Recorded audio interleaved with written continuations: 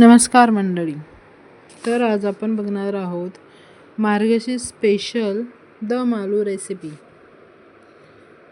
एकदम झणझणीत, चटपटीत आणि टेस्टी. त्यासाठी लागणारे साहित्य आहे: अर्धा किलो बटाटे घेतले आहेत मीडियम साईजचे. एका कुकरमध्ये टाकून पाणी ॲड केलं आहे. आता त्याच कुकरमध्ये, बटाट्याच्याच कुकरमध्ये 2 ते 3 ऑनियन, 2 ते 3 टमॅटो आणि सुक्या लाल मिरच्या टाकलेल्या आहेत 4-5. एक शिट्टी करून घेऊ.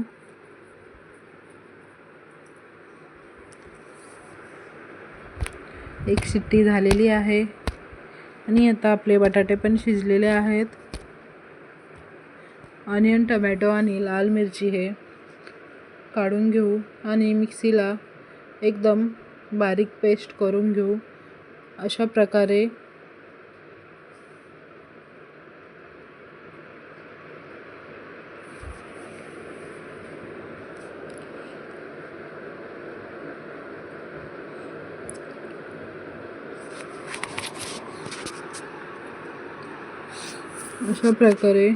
बारीक पेस्ट करून घेऊ. आता कढईमध्ये ऑइल टाकून बटाटे परतून घेऊ. हवं तर तुम्ही बटाट्याला डीप फ्राय पण करू शकतात.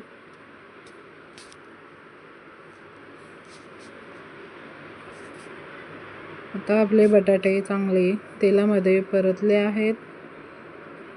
आता याला आपण 5 मिनिटं परतवायचे आणि आता प्लेटमध्ये काढून घेऊन त्याच कढईमध्ये थोडंसं ऑइल ॲड करून आणखीन जिरे टाकले आहेत आणि आपली जी टमॅटो ऑनियनची पेस्ट होती ती ॲड केली आहे. टमॅटो आणि ऑनियनची पेस्ट जोपर्यंत कलर चेंज होत नाही तोपर्यंत मिक्स करत राहिले. आणि ह्याच्यामध्ये आता मसाले ॲड करू.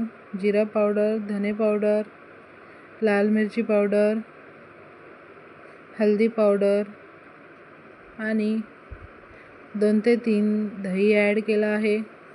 आता मिक्स करून घेऊ व्यवस्थित. एकदम 5 मिनिटं मिक्स करून घेऊन कलर चेंज होईपर्यंत मिक्स करायचं आहे. आता ऑइल सुटायला लागलं आहे थोडंसं. जोपर्यंत कलर चेंज होत नाही तोपर्यंत मिक्स करायचं. कलर चेंज होत आला आहे. आता यामध्ये आपण तेलामध्ये परतलेले बटाटे ॲड करू आणि 5 ते 7 मिनिटं मंद आचेवर असेच ठेवून देऊ. आपली दम आलू बटाटो रेसिपी रेडी आहे. आता वरतून कसुरी मेथी ॲड केली आहे आणि कोथिंबीर ॲड केली आहे.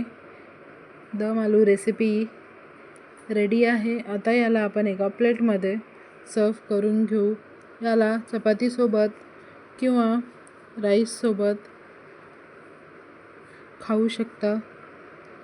रेसिपी कशी वाटली हे कमेंटमध्ये नक्की सांगा आणि तुम्ही पण एकदा ट्राय करून बघा. आवडल्यास लाईक करा, शेअर करा, सबस्क्राईब करा. पुन्हा भेटू अशाच नवनवीन रेसिपीसाठी. Bye bye. Take care.